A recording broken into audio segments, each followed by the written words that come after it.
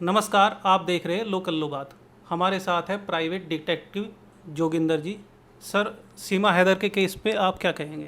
देखो, सीमा हैदर ये तो मान के जो इलीगल माइग्रेंट तो है ही, जो इंडिया में आई है वो वाया नेपाल। तो इसमें ये है कि स्पाई का भी हमें डाउट लगता है कि वो कोई स्पाई आईएसआई ने फ्लॉट कर दी हो, और स्पाई के लिए कोई ना कोई कवर तो लेना ही पड़ता है। अब उसने वो कवर जो लिया है वो उससे ये लगता है कि भाई ताकि कवर कर जाए कि भाई प्यार में दिखा के कि वो एक पता ना चले कि वो स्पाई है, लेकिन कहीं ना कहीं तो डिस्क्लोज हो ही जाता है। तो अभी जब केस को पूरे को हमारी कोई भी जो एजेंसीज हैं, जो अपनी इंटेलिजेंस एजेंसी है इंडिया की, वो जब इन्वेस्टिगेट करेंगी तो काफ़ी सच सामने आ जाएगा उसका। तो मैं तो मेरी जो राय है उसमें यह कि पूरी तरह डीपली इसकी इंक्वायरी होनी चाहिए। सर, आपको लगता है इस तरह के कितने लोग आए होंगे? और भी बहुत सारे लोग आए होंगे इंडिया में। तो इलीगल माइग्रेंट का जैसे कहते हैं कि रोहिंग्या भी आ चुके हैं, बांग्लादेशी आ चुके हैं, तो इस हिसाब से पाकिस्तानी भी अब आने लगे। हाँ बिल्कुल, रोहिंग्या तो आते ही थे बांग्लादेश से। अब पाकिस्तानी, अब ये जो नेपाल का जो रूट है, जो नेपाल के 2-3 रूट बनते हैं जो इंडिया में एंटर कर जाते हैं, अब ये तो डिस्क्लोज हो गया। जो ऐसे केस हैं कि जो डिस्क्लोज नहीं हुए होंगे, अब वो कितने आ चुके होंगे ये तो कह नहीं सकते। लेकिन जब ये अभी यहीं देख रहे हैं हम, ये पता चल गया है, तो ऐसे बहुत से केस होंगे जो हमें नहीं पता है, बहुत आगे होंगे ऐसे केस भी।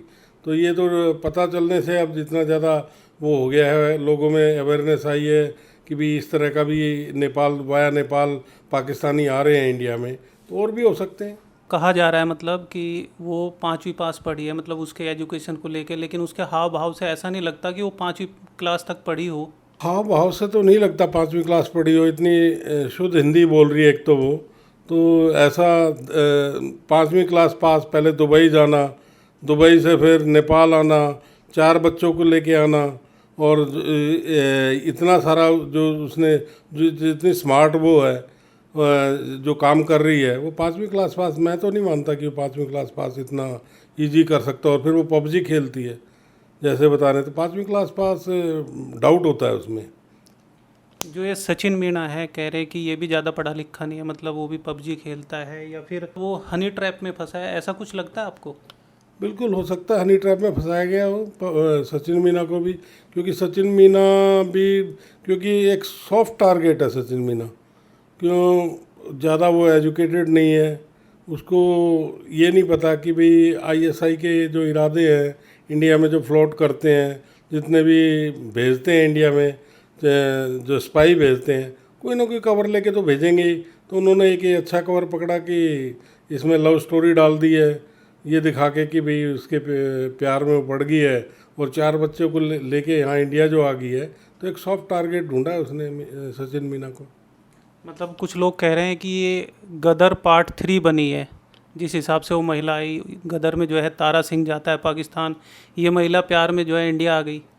बिल्कुल, स्टोरी तो उसी टाइप की है ये, कि वहाँ सिर्फ ये है कि वहाँ मेल जाता है, ये वहाँ से फीमेल हमारे कंट्री में आ गई है। तो स्टोरी तो गदर टाइप ही लगा लो। लेकिन स्टोरी देखो, अगर ये रियल है तो हमारे जो, हम तो ये कहेंगे कि प्यार, जो बता रहे हैं लोग कि प्यार हो गया है, ऐसा कुछ स्टोरी है। लेकिन इसके पीछे अगर दूसरा पहलू निकला तो हमारे लिए तो बहुत खतरनाक है, इंडिया के लिए। बट सर, कंट्री के जो सिक्योरिटी के मामले हैं वो प्यार में नहीं लिए जाते।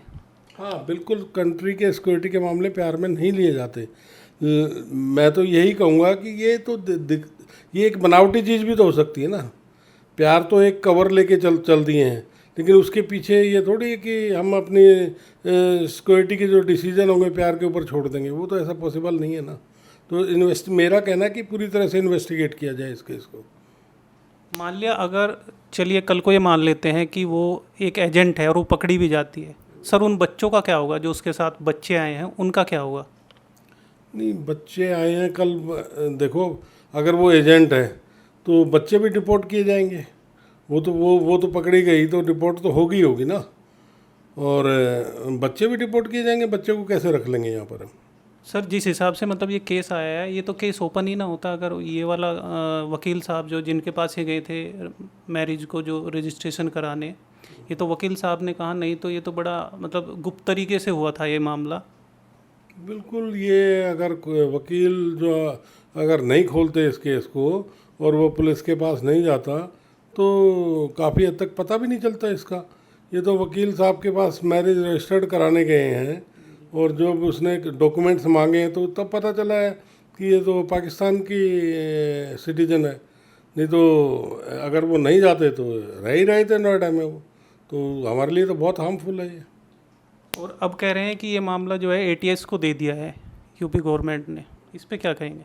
नहीं, ये यूपी गवर्नमेंट का अच्छा डिसीजन है कि एटीएस को दे दिया गया है और एटीएस इसको इन्वेस्टिगेट करेगी तो काफ़ी हद तक हमें जो इसकी रियलिटी है वो पता चल जाएगी और वो डीपली इन्वेस्टिगेट करेंगे उसमें तो सारा काफ़ी कुछ मिलेगा इसमें। थोड़ा सा फेलियर तो है हमारा, लेकिन अभी कह नहीं सकते कि इंटेलिजेंस के पास क्या इनपुट है इसके बारे में, लेकिन अभी तक उन्होंने कोई डिस्क्लोज नहीं किया हमारी। अब उन पे क्या इनपुट है, उनकी तरफ से भी कोई उनका क्या उनका व्यूज़ हैं इसके बारे में अभी तक मेरे ख्याल में कहीं किसी न्यूज़पेपर में या किसी टीवी पे अभी तक कुछ नहीं कोई डिस्क्लोज किया है। या मिनिस्ट्री को, हमारी होम मिनिस्ट्री को उन्होंने कुछ इन्फॉर्म किया होगा तो उनके पास इनपुट होगी उसकी ज़रूर कोई ना कोई।